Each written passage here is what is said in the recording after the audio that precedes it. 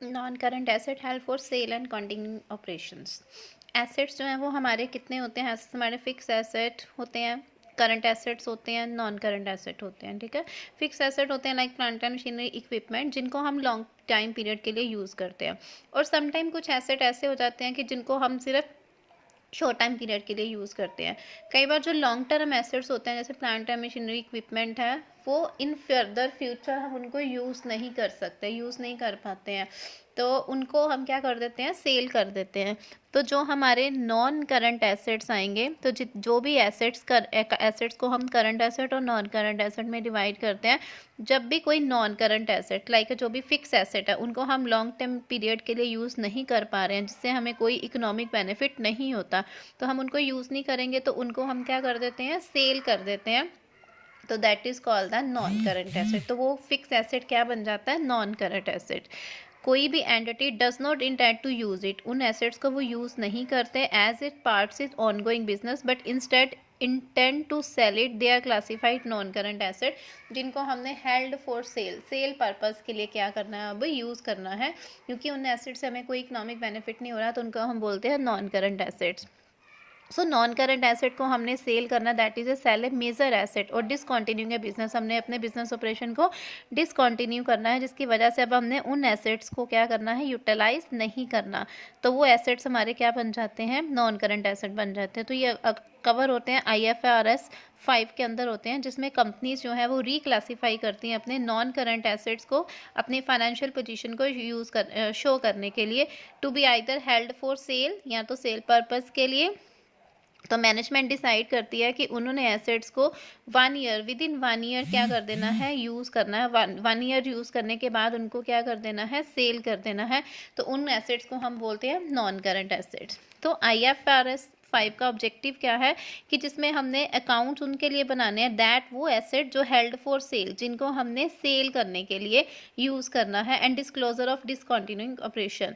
IFRS 5 require the asset that meet the criteria, जिनमें हमने जो किस क्राइटेरिया को मीट डाउन कर रहे हैं कि वो एसेट्स जिनको हमने सेल करना है, एंड उनकी fair value, and fair value less cost to sell, उसमें से जो उनकी फेयर वैल्यू होगी उसमें से हमने उनकी कॉस्ट को क्या करना है? सेल कॉस्ट को माइनस करना और डेप्रिसिएशन को माइनस करना। तो फिर उन एसेट्स को हम सीज कर देते हैं, उनको यूज़ जो है, यूटिलाइज जो है वो नहीं करते, तो उनको हम बोलते हैं IFRS 5 के अंदर वो नॉन करंट एसेट्स आते हैं।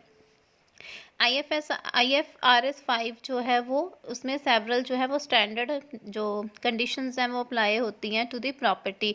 सो जो भी हम सेल ऑफ प्रॉपर्टी करते हैं, that is not the main of business, हमने अप्लाई करने हैं नॉन करंट एसेट्स के ऊपर, जिन एसेट्स को हमने क्या करना है? डिस्पोज ऑफ करना है, जिनको हमने डिस्पोजल सेल करना है। सो एसेट्स को हम क्लासीफाई करेंगे non current asset shall not be reclassify as current asset.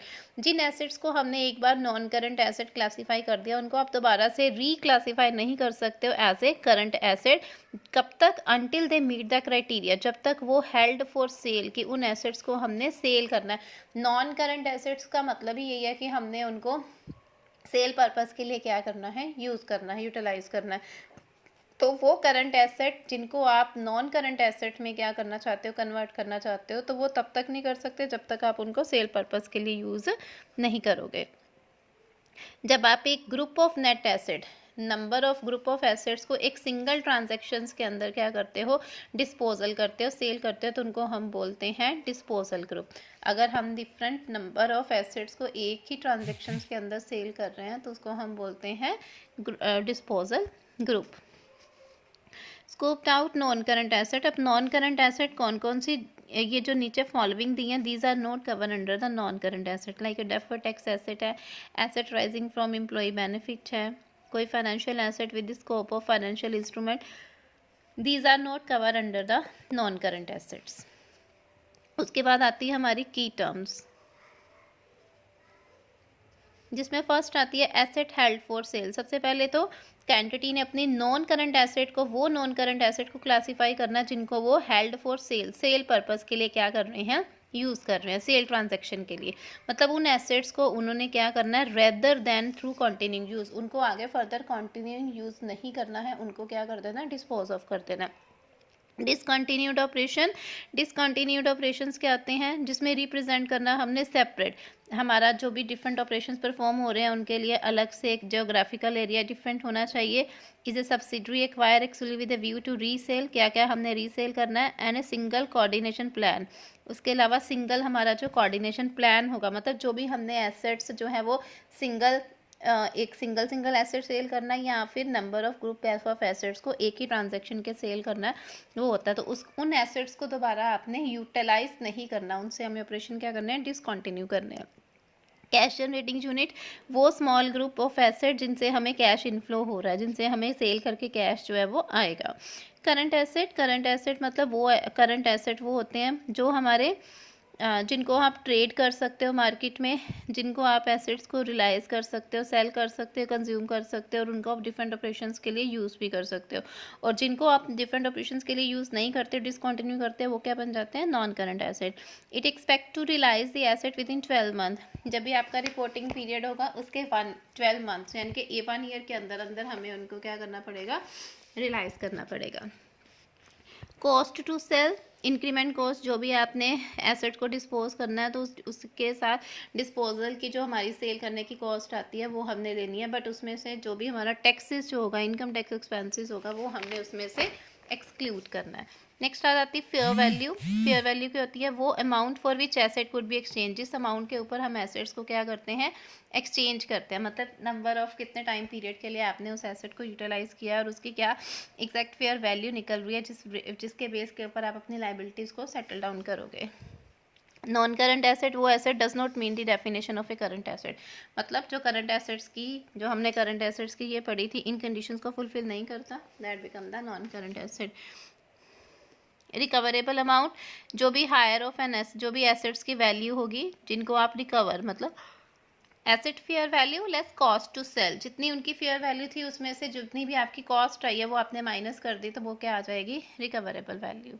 Value in use, जो भी हमारी एस्टिमेटेड फ्यूचर कैश फ्लो होंगे ना, जो हमने एक्सपेक्टेड किए थे कि जब हम कंटिन्यू करेंगे, अगर उन ऑपरेशंस को, उन एसेट्स को कंटिन्यू यूज़ करेंगे तो उससे जो इनकम होनी थी और सेल करने से, उनको सेल करने से जो इनकम हुई है, that is called the value in use. मैंने एस्टिमेट लगाया था कि अगर मैं उन एसेट्स को यूटिलाइज करूँगी 1 ईयर मोर, तो मुझे वहाँ से उन एसेट को यूज़ करने से लाइक 1 लाख इनकम होगी। अब उन एसेट्स को मैंने यूज़ नहीं किया और सेल कर दिया, तो भी इनकम मुझे क्या हुई है, 1 लाख और मोर दैन 1 लाख, तो that become the value in use.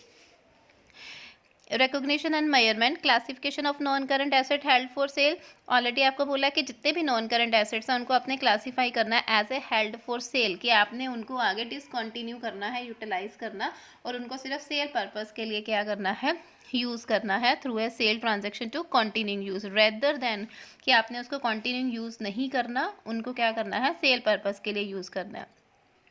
Available for the immediate sale, asset जो है वो अवेलेबल फॉर इमीडिएट सेल, अगर कोई भी एसेट, कोई हमने वहाँ पे ये रीज़न नहीं देखना, there is a no significant reason why the sale could not take place immediately, कि इमीडिएटली सेल क्यों नहीं हो रही, उसका रीज़न क्या है, हमने बस ये देखना है कि हमने जो नॉन करंट एसेट हैं उनको क्या कर देना, डिसकंटिन्यू कर देना, और उनको हमने सेल पर्पस के लिए क्या करना है, यूज़ करना, तो वो हमारे पास अवेलेबल होने चाहिए। नेक्स्ट आ जाता है हाईली प्रोबेबल सेल ट्रांजैक्शन। उसके अलावा हाईली प्रोबेबल सेल ट्रांजैक्शन, कि जब हमने एसेट्स को सेल करना है तो उसमें जो भी हमारी रिपोर्टिंग डेट होगी, हमने प्लान करना है, एंटिटी प्लान करेगी कि हमने उन एसेट्स को क्या करना है, सेल करना है, तो उसके लिए जो भी हमारी रिक्वायरमेंट्स होंगी, मतलब जो भी मैनेजमेंट होगा ना, तो वो अपनी जजमेंट के बेस के ऊपर देखेगा कि कौन से एसेट्स हैं जो उनकी IFRS की रिक्वायरमेंट्स को फुलफिल कर रहे हैं। तो उसके लिए सेल ट्रांजैक्शन जो हमने करनी, कुछ कंडीशंस हैं, जिसमें फर्स्ट आ जाती है एप्रोप्रिएट लेवल ऑफ मैनेजमेंट। पहले तो मैनेजमेंट एप्रोप्रिएट होनी चाहिए जो प्लान करेगी कि कौन से एसेट्स को हमने सेल करना है। Then assets being activity market for, जो एसेट हमने सेल करना है उनके लिए एक्टिवली मार्केट भी अवेलेबल होने चाहिए, मार्केट अवेलेबल होगी तो ही हम उनको क्या कर पाएंगे, सेल कर पाएंगे रीजनेबल फेयर वैल्यू के ऊपर। Then completion of the sale transaction, कि आपने वो सेल ट्रांजेक्शन जिस डेट को आपने उनको क्लासीफाई किया था ना as a non current asset, तो उसके 1 ईयर के अंदर अंदर ही हमें उनको क्या करना पड़ेगा, सेल करना पड़ेगा। देन आ जाता है significant changes to a withdrawal from the selling plans. उसके बाद अगर वो मैनेजमेंट को लगता है कि उन्होंने इस चीज़ को क्या करना है, विड्रॉ करना है, कि वो सेल नहीं करना चाहते, तो वो अपना डिसीजन जो है वो क्या कर सकते हैं, विड्रॉ कर सकते हैं। Then commitment by appropriate level of management.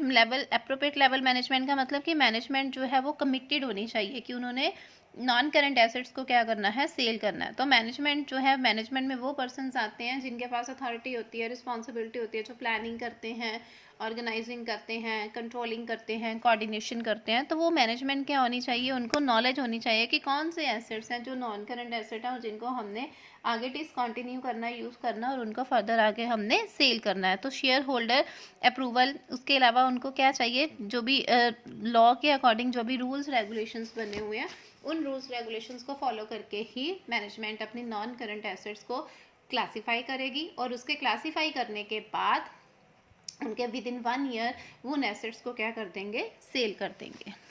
Then active marketing effect. Active marketing effect, ये जो हमने ये पॉइंट किया है ना, इन्हीं को एक्सप्लेन कर रहे हैं कि अप्रोप्रिएट लेवल मैनेजमेंट क्या होनी चाहिए, उसके बाद एक्टिव मार्केट सेल क्या होनी चाहिए, कि एक्टिव प्रोग्राम होना चाहिए, कि एक बायर होना चाहिए जो उस नॉन करंट एसेट्स को क्या करेगा, परचेज करेगा। बिकॉज मैनेजमेंट ने डिसीजंस लिया कि उन्होंने अपने नॉन करंट एसेट्स को क्या करना है, सेल करना है। बट सेल तो तभी पॉसिबल है अगर उनके पास बायर होगा जो परचेज करेगा। सो एक्टिवली मार्केट अवेलेबल होनी चाहिए उन एसेट्स को परचेज करने के लिए जहां पर उनकी इंटेंशन होगी कि उन एसेट्स को सेल करेंगे टू द थर्ड पार्टी। और थर्ड पार्टी मतलब जो इंटरेस्टेड पार्टी होगी जिन्होंने उन एसेट्स को क्या करना है, फर्दर परचेज करना है। तो मैनेजमेंट जो है वो आउटसाइडिंग सेलिंग एजेंट जो है वो भी अपॉइंट कर सकते हैं, जो आगे कस्टमर को, बायर को क्या करेंगे, अट्रैक्ट करेंगे और उनका वो पूरे एफर्ट्स लगाएंगे। उन एफर्ट्स को जो अपनी नॉन करंट एसेट है उनको सेल करने के लिए अपने एफर्ट्स लगाएंगे ताकि उनके नॉन करंट एसेट जो है वो विद इन टाइम पीरियड क्या हो जाए, सेल हो जाए। तो उसके लिए एक्टिवली मार्केट मतलब बायर जो है वो अवेलेबल होने चाहिए। Marketing at fair value, asset जो हमने मार्केट करने हैं, सेलिंग प्राइस जो है वो क्या होना चाहिए, रीजनेबल होना चाहिए। Reasonable compare to its fair value, मतलब जितने की वो हमारे नॉन करंट एसेट थे ना, तो ये नहीं है कि अगर वो करंट एसेट 10,000 का था आप उसको सेल कर रहे हो 1 लाख का। No, this is not a reasonable value. जो उसकी फेयर वैल्यू थी उसके अकॉर्डिंग होनी चाहिए। आप थोड़ा सा प्रॉफिट उनसे अर्न कर सकते हो लेकिन बहुत ज़्यादा भी एक्सेस में नहीं कर सकते। तो वैल्यू क्या होनी चाहिए, फेयर होनी चाहिए। अगर वैल्यू फेयर होगी तो ही आप नंबर ऑफ कस्टमर्स को क्या कर सकते हो, अट्रैक्ट कर सकते हो, जो उनको आगे फर्दर क्या करेंगे, परचेज करेंगे। तो जो भी उनका एक्चुअल प्राइस होगा वो हमने रिड्यूस कर देना, will be reduce to fair value in negotiation, कि जो हमने उनकी जो फेयर वैल्यू होगी वहाँ तक हम उनको क्या कर देंगे, रिड्यूस कर देंगे। नेक्स्ट है sell to be effected within 1 year. ये ऑलरेडी आपको बता दिया कि जब आप अपने एसेट्स को क्लासीफाई करते हो ना, current asset, non current asset, तो जब आपने उनको क्लासीफाई किया तो उसके विद इन 1 ईयर हमें उनको क्या करना पड़ेगा, सेल करना पड़ेगा। 1 ईयर मतलब 12 मंथ्स का पीरियड। अगर जनवरी टू दिसंबर लेते हो तो वो, अगर अप्रैल टू मार्च लेते हो तो वो 1 ईयर बनेगा। सिचुएशन, अब इसमें ना कुछ सिचुएशंस बताई हैं कि कब आप सेल कर सकते हो। लाइक जैसे फर्स्ट सिचुएशन है, एंटिटी कमिटेड किया कि उन्होंने प्लान किया कि वो नॉन करंट एसेट को सेल करेंगे, but there are circumstances that will call for condition, कि अगर वो कंडीशंस, बायर उन कंडीशंस को फुलफिल करता है तो ही वो सेल करेंगे, अदरवाइज वो अपने पीरियड को क्या कर सकते हैं, एक्सटेंड कर सकते हैं। सेकेंड सिचुएशन आ जाती है after the entity has received A firm purchase commitment. अब उन्होंने एक फर्म की कमिटमेंट रिसीव कर ली है एंड ए बायर जो है वो क्या कर रहा है, बायर ने कुछ कंडीशंस अब जो है वो इम्पोज की हैं, तो फिर वो जब तक सेलर वो कंडीशंस को फुलफिल नहीं करेगा तब तक उनकी सेल जो है वो कंप्लीट नहीं हो पाएगी। एंड थर्ड सिचुएशन आ जाती है, एंटिटी जो है वो फेस करती है कुछ ऐसे सर्कमस्टांसेस जो अनयूजुअल होते हैं, मतलब like during the initial 1 year period the entity took necessary, entity क्या करेगी, नेसेसरी एक्शंस लेगी जिसमें वो उन्होंने चेंजेस को क्या करना है, रिस्पॉन्स, चेंजेस जो भी चेंजेस फॉलो करनी है उनको रिस्पॉन्स देना। And non current asset is being actively market at A price, किस प्राइस पे होंगी, जो रीजनेबल प्राइस होगा, मतलब जो भी सर्कमस्टांसेस आए हैं उन सर्कमस्टांसेस के बेस के ऊपर जो भी रीजनेबल प्राइस होगा उस प्राइस के ऊपर वो एसेट्स को क्या करेंगे, सेल करेंगे। देन आ जाते हैं non current asset data to be abandoned. अब अबंडेंट मतलब आप कई बार क्या करते हो कि आपने मैनेजमेंट ने क्या लिया था, डिसीजंस लिया था कि उन्होंने एसेट्स को क्या कर देना, नॉन करंट एसेट को सेल कर देना है, एंड सम टाइम वो अपना वो डिसीजंस क्या ले लेते हैं, विड्रॉल कर लेते हैं, तो वो नॉन करंट एसेट्स को अबंडेंट कर देते हैं कि वो उनको सेल जो है वो नहीं करेंगे, तो वो क्या करेंगे, उनको फर्दर आगे कंटिन्यू यूज़ करेंगे। अगर सेल कर दिया तो डिसकंटिन्यू हो जाएगा यूज़ करना, बट अगर वो अपना डिसीजन अबंडेंट कर देते हैं तो वो उन एसेट्स को क्या करेंगे, यूज़ करेंगे।